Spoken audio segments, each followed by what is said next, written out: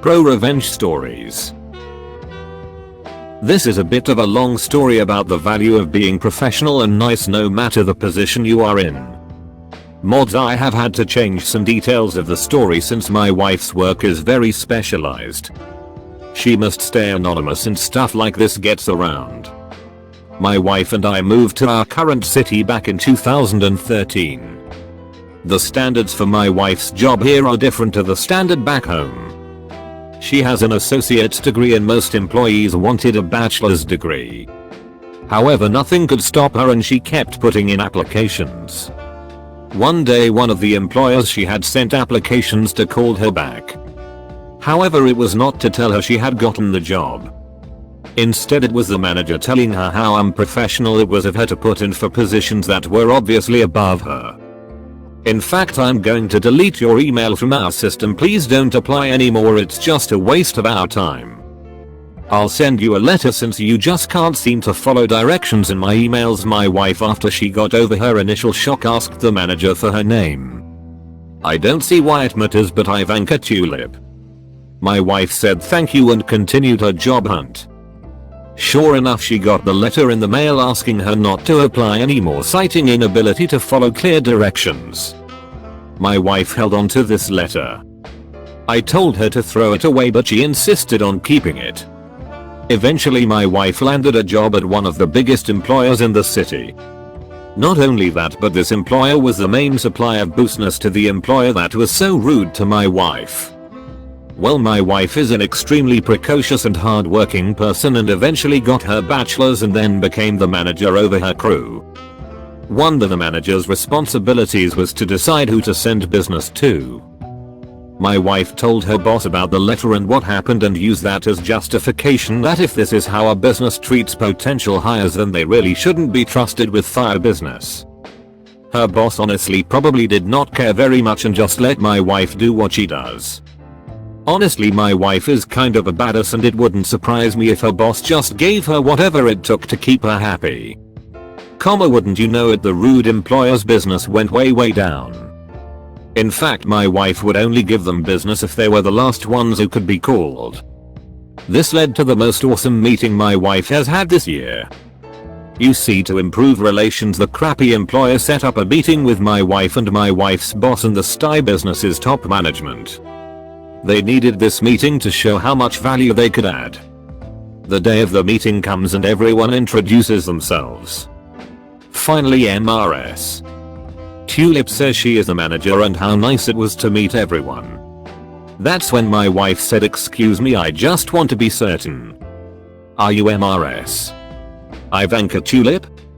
Ivanka: "Yes, that's me, my wife." "Oh, excellent, I am so happy to finally meet you in person." Thinking she had an in with my wife, MRS Tulip was over the moon.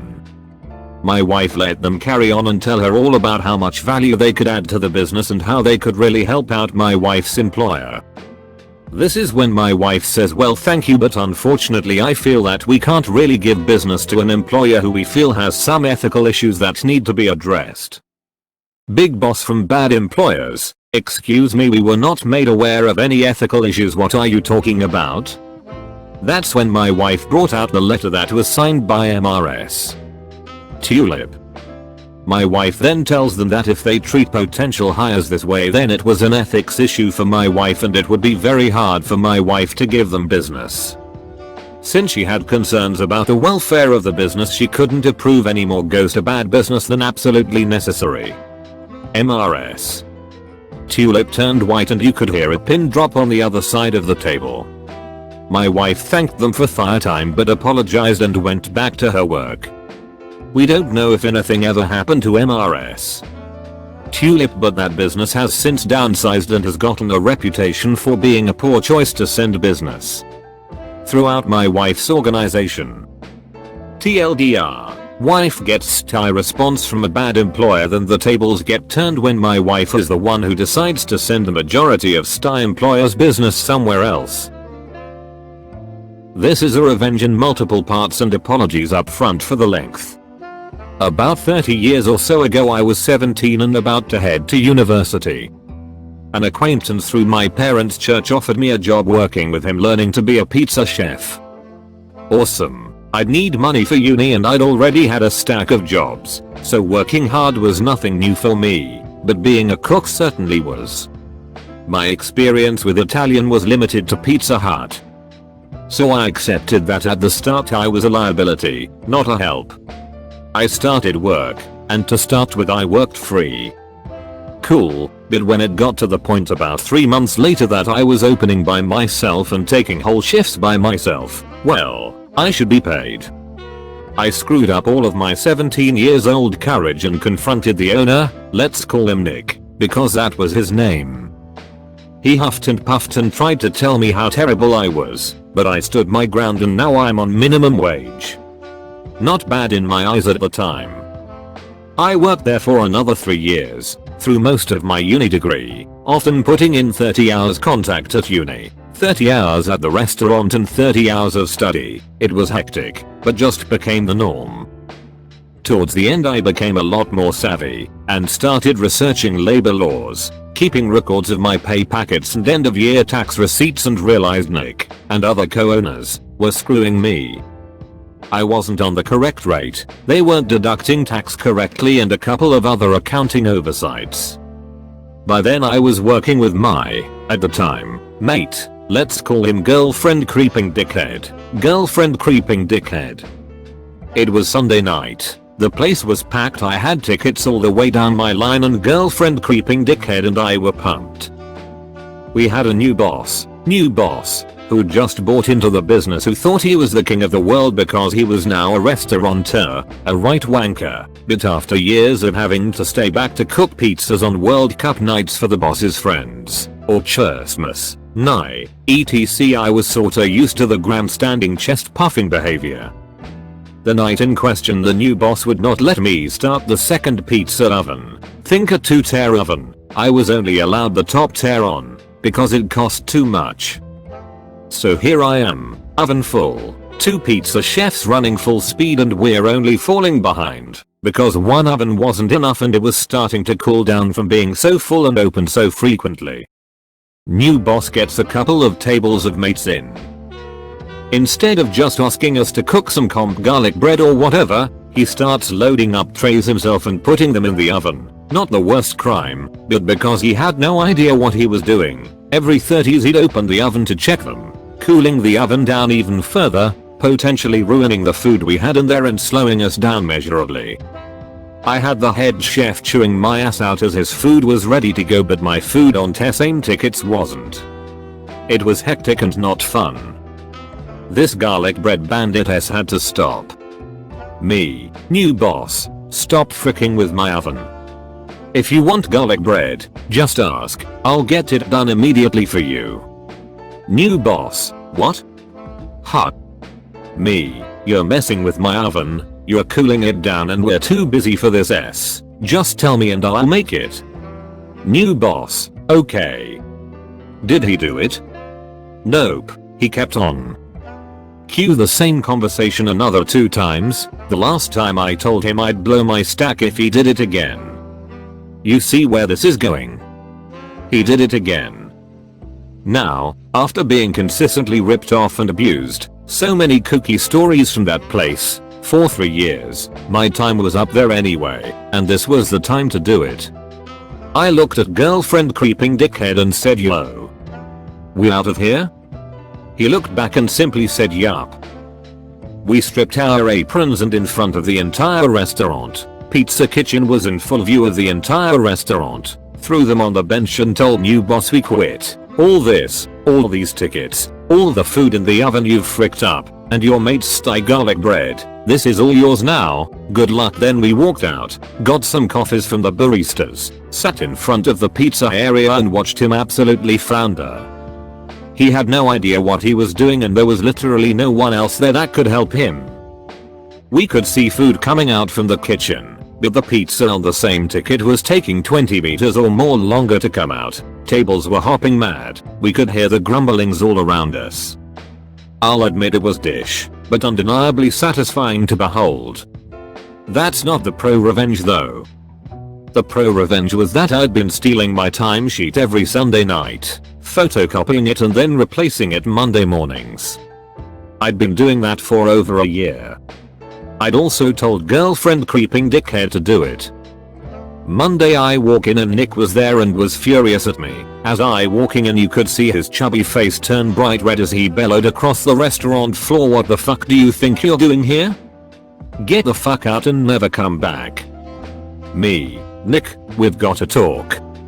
We can do it here or we can do it in your office, but trust me, you want to have this conversation privately." Nick, "Fine, you come with me then," desperately trying to gain the upper hand back, and he storms to his style little office out the back. Nick, bulls, about how he's going to withhold pay and a whole heap of other illegal hot air. Me, "You done? Good. Here, read this." I hand him a printout of an Excel spreadsheet, a stack of photocopied timesheets, a stack of photocopied payslips, printed copied of the wage awards, all of which detail the amount he's ripped me off for. Me, "You owe me 6 grand. I'll take cash or a check now."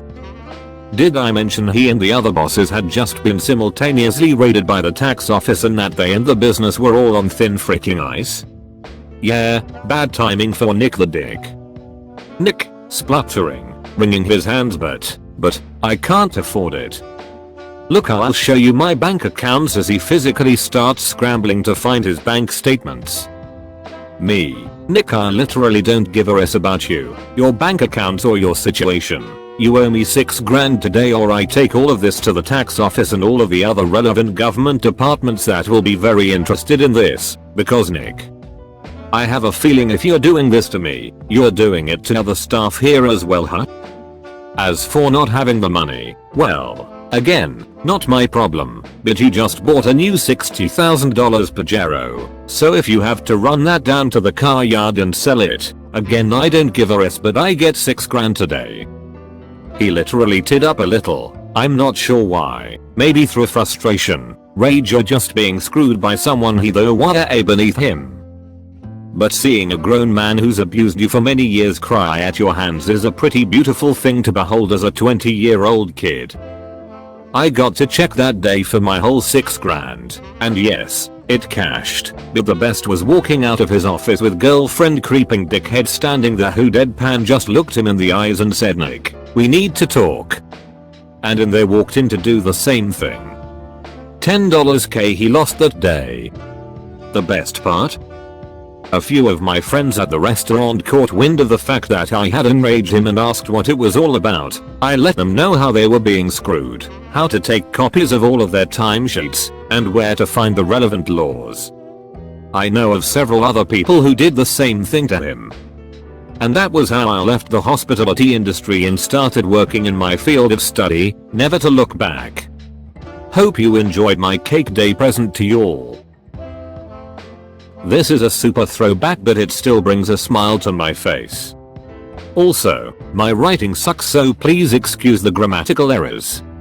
I was a rink rat growing up. The only day I wasn't in the skating rink were the adult and gay nights. Calm down, it was the 90s and that's literally what it was called. Friday night, Saturday morning and night along with Sunday morning and night I was there. Hell, I didn't even leave between the morning and night sessions. I even went Tuesday nights as well. I was serious too. I dove deep into speed skating and not trying to toot my own horn, but I was pretty good and well known. Anyway, I'd been going to this specific skating rink for years and knew everyone. One day, it was right before I started 7th grade, the owner came up to me and asked me to go out onto the rink floor and tell some kids to slow down. I did and came back and he asked me how would I like to make $7.50 an hour, to which I responded, do I also get in for free? He laughed and said of course. Boom. First job and I wanted to be there anyway, so it was the biggest win-win of all time for me. To say I loved it was an understatement, and I did everything besides work the snack bar. DJ, skate counters, floor guard, janitor, hype man. You name it and I did it. It was some of the greatest times of my life. So much fun and the owner was super awesome. Also, We were paid under the table, so getting an envelope full of cash every week just felt like a bonus for having fun. To me it wasn't a job, it was pure fun. It also helped that all my friends were regulars as well. A few years go by and the owner sold to another guy who we will call Tim. Tim could be an absolute nightmare to work for. He changed the entire dynamic of the place and everyone felt it. Now, this skating rink was popular and extremely old. Lots of people all over the city knew of it. My mom and aunt skated there when they were kids, if that tells you anything. Some way or another the new owner set up a juicy deal that had the rink started making a load of money. On Saturday night from 7-11 it was skating per usual, but from 11-2ish/3ish was a club. A local hip hop station came in there with local label Swisher House and turned the place upside down for those few hours. Every weekend the place was poppin'. There must have been over 2k people in there on average, and at $20 per person it adds up quick, plus the snack bar would never stop turning out food and drink. We were making stupid money. Bonus. We also found some good stuff when cleaning up as well. Money, knives, weed, jewelry. It was awesome. So Tim has it made, but sometimes he would fly off the handle for little things. All of us weren't sure what his deal was, but he would explode out of nowhere and start talking all kinds of nonsense. I'd started to have enough because we all had worked there for many years without issue. One night he went too far. I don't like being called outside of my name. It's a respect thing. My own mother didn't do it and he for sure wasn't. For context, I was in 10th grade now. One night he was in some kind of mood and for whatever reason was taking it out on everyone. I don't remember the exact situation, but he started freaking out on me at about 11:30 p.m. Now, Slim Thug and Paul Wall were in the building that night, so the place was extra packed. Why more than usual? I'm sure we were breaking all kinds of fire marshal rules, lol. He went ballistic and called me every name in the book while I just stood there with rage building up in me. I'd had enough. For years this place ran flawlessly and everyone loved us, so he really didn't have a good reason to treat us in the manner he did. My plan was formed. I immediately gathered everyone else that was working and we all decided that enough was enough. It was time for a lesson. I assembled the entire crew and all quit on the spot. All of us. That meant nobody to serve food, clean, help the Swisher House people, or just carry out general things that needed to be done when 2-3k people were in the building. He was stunned, his tone changed and he became very sweet. We weren't having it. As an additional frick you, I called the other 2 people that were off and they showed up to quit as well. Tim had already reached out, so he assumed they were showing up to work. Nope. We left him with 0 workers on the absolute busiest of busy nights, and boy did it implode. He couldn't find anyone to work, so the place went to absolute S that night. The on-duty officer told him he needed to figure something out or he was going to close it down without workers. Well, he didn't. It closed down that night and apparently without staff it got nasty. People started having sex, smoking, trashing the place and all kinds of stuff. Shortly after, the radio station and label took their business elsewhere, and not long afterward the place closed down.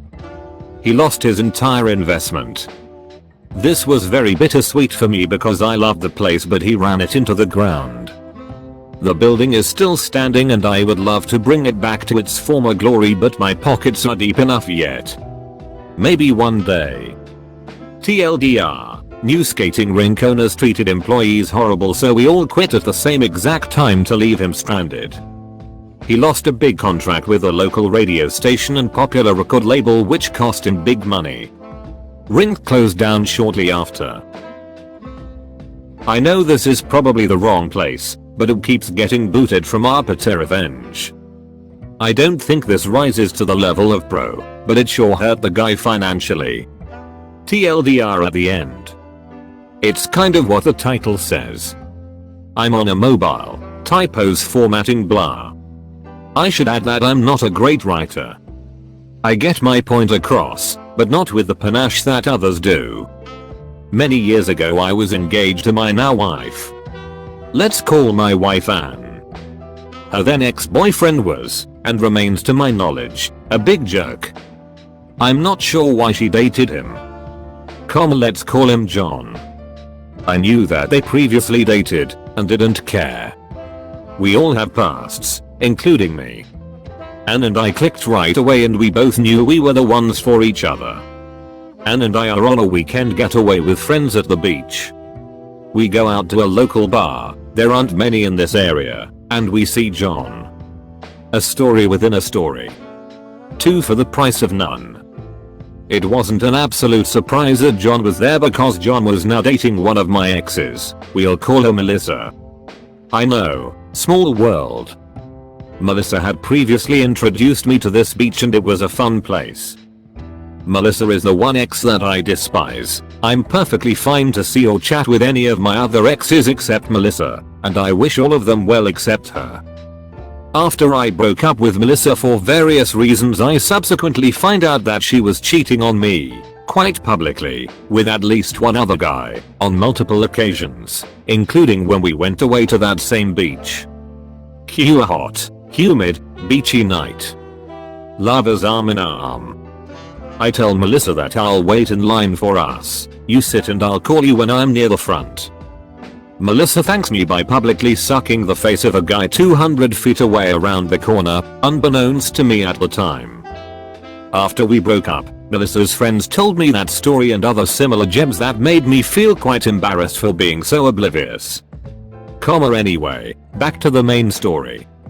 I go to the main bar to grab drinks for Anne and me. As soon as I'm away from Anne, John makes a beeline for her. He tells them that they should leave the bar together and pick up where they once used to be. Anne says no, and on top of that she's engaged. John doesn't care. Anne reminds John that he is on a weekend getaway in a rented house hotel, with his girlfriend. John offers to dump Melissa. Anne declines and tells me this about 5 minutes after it happens. She asks me not to make a scene. Being that I certainly got the better of the two women in this situation, I figure the most appropriate response is to allow John to spend time with Melissa. Let them make each other miserable. Fast forward a few years. Anne and I are still married. John and Melissa are married too. They deserve each other. I have a new client that needs to hire a service provider for millions of dollars. The client has narrowed it down to two options. One of them is a massive company, but the contact name is John's name and I confirm with them that this is indeed John. I tell my client the story about John and say that you can hire John. I'll be professional, but you need to watch your back with him.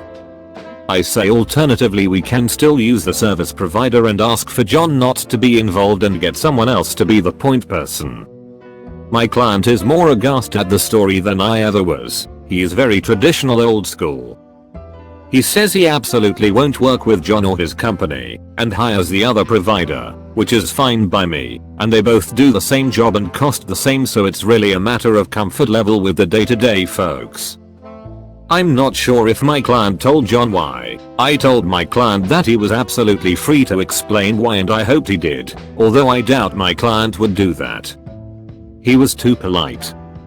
Either way, John's company lost a couple $1 million, and John personally lost a very nice bonus, all for trying to sleep with Anne that one night. TLDR, my fiance's ex tries to sleep with my fiance and get her to leave me. A few years later I nix his company getting business from a client of mine, costing the company millions and this guy a big bonus. Hello pro revenge enthusiasts. I was given permission to post a story on behalf of my good friend as she knows I can protect their identity and change details enough not to trace it back to them. I witnessed the aftermath and never suspected it was my friend's doing. Cast of characters: Lily equals my good friend, protagonist of story, known her since HS. Quiet, classic introvert but friendly and kind-hearted. Grew up with older brothers and a survivalist military father who instilled in her and her siblings to fend for themselves, important for later. Beth equals BF of Lily since grade school. They were close until the summer of fresh sophomore. Beth went off to camp and got close to Jill.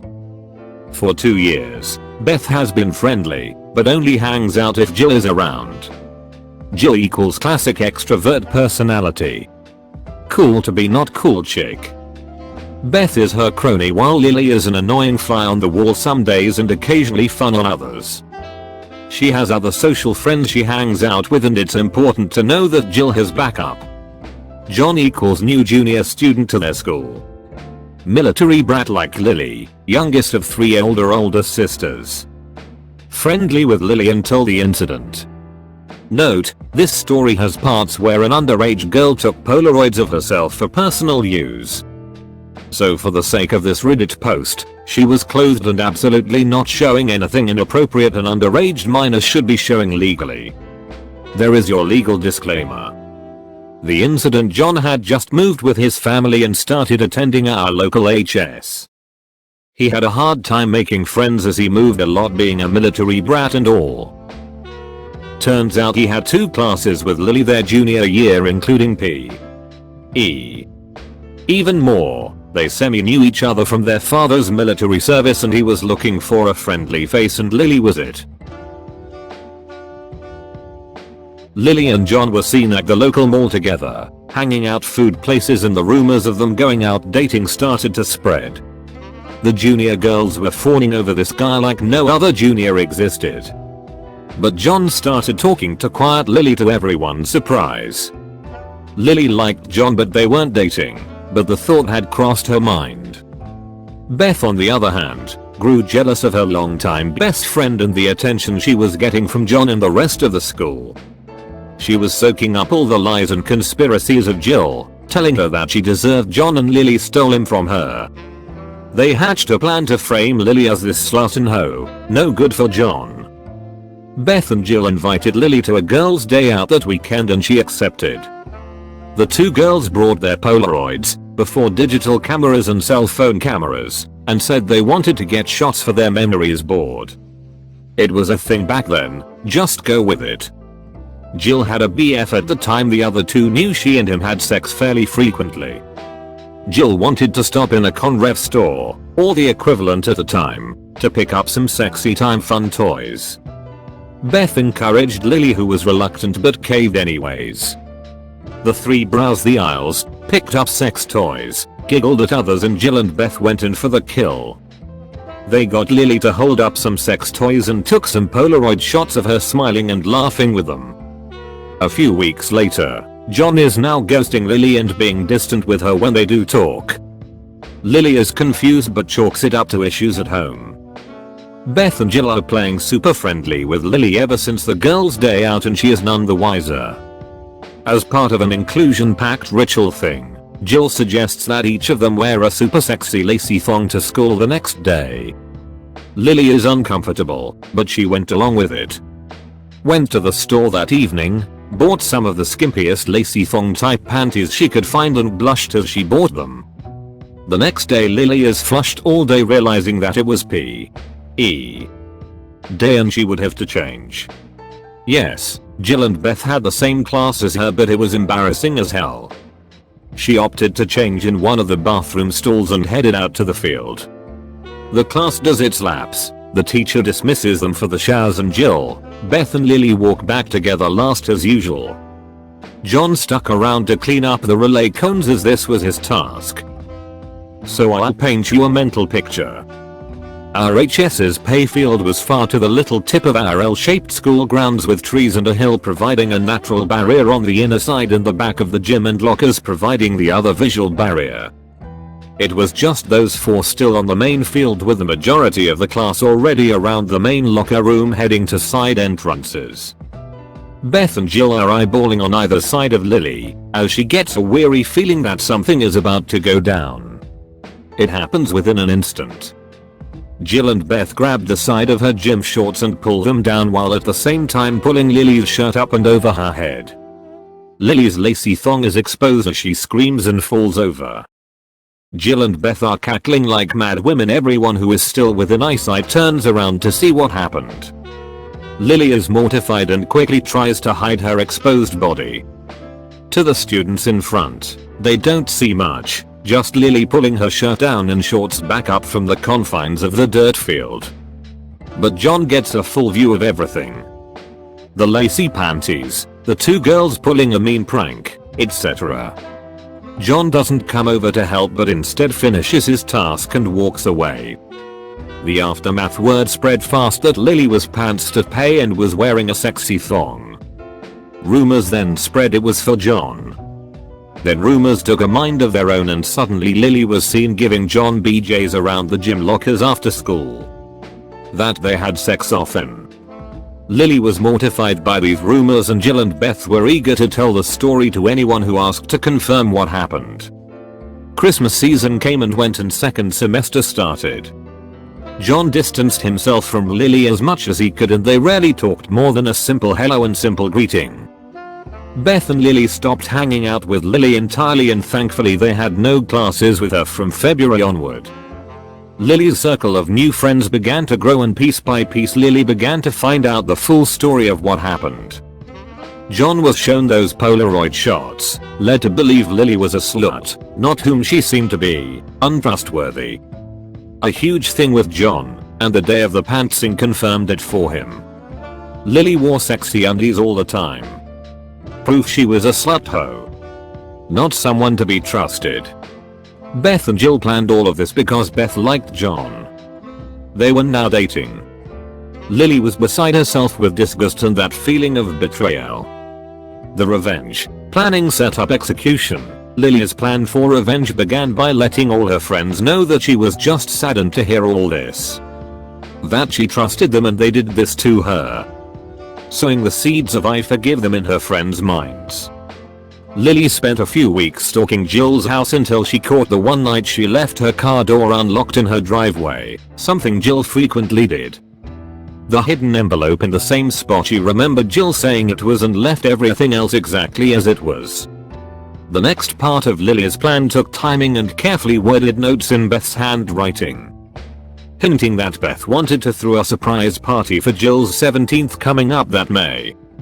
She dropped these notes through the vents in Jill's BF's locker while she asked to use the restroom during class. Jill's BF dropped the replies off at what he thought was Beth's locker, but was in fact Lily's locker that she never used except now. At first, it was just basic communication.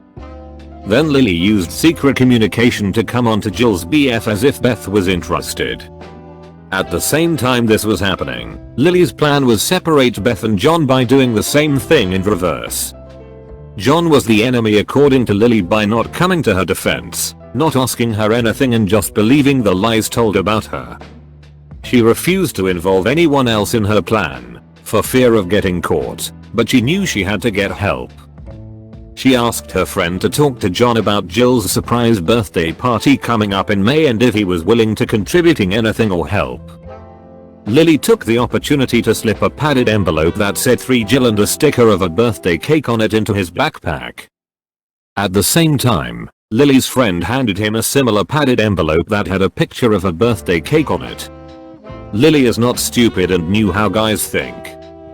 She knew he would just throw the envelope in his backpack and never open it. Even if he did, it would start the surprise early and nothing more. The final part of the plan was a two-parter as she needed to set Beth up for the full. Lily had no problem slipping the final original empty envelope that came from Jill's car into Beth's bag. She never kept an eye on it and it was easy to do. The problem was timing Jill's BF's messages to the final lead up of damning evidence. Jill's BF was increasingly confused as all he saw was these short messages increase in steamy talk and then include a Polaroid close-up of what he assumed was Beth's bra-covered boob. Jill's BF, not waiting to be in the middle of a setup, came clean to Jill about Beth's note behavior. Then showed her the Polaroid of the bra-covered boob. For that what was in the envelope in Jill's car that Lily had stolen weeks earlier. Private stash of Jill she kept for herself and her BF that she knew where she stashed them. Jill goes livid knowing full well that is her picture. She rushes to her car and checks her private stash. It's gone. Jill panics and is confused as hell as to why Beth would suddenly do this to her. Wanting to know more information, she waits until the next day to confront her. Lily's plan is in full swing and couldn't have planned it better than what happened next. Word leaks out to Beth that Jill is super peeved at her regarding something being stolen and something about her BF. Beth is panicking, wondering what the hell is going on. She knows she didn't steal anything but knows John has been known to do so in the past. She meets with John during class break and asks him point blank if she has anything of Jill's. He is clueless as to what she is talking about. Not believing him, Beth opens up John's backpack to look for something and notices the 3 Jill envelope and takes it. Jealousy instantly rears its head as she opens it to find dozens of Polaroids of Jill's bikini-clad body in various poses. John is completely stunned, feigning ignorance, not knowing what the hell is going on. The entire school is hearing Beth and John fight over something and teachers have to get involved. The principal is involved, parents are called, etc. Beth is sobbing tears and Jill is beyond livid. Jill makes accusations that Beth stole her envelope and a search is conducted on Beth's possessions. Sure enough, an empty ripped envelope is discovered at the bottom of Beth's gym bag that had clearly been there for a while.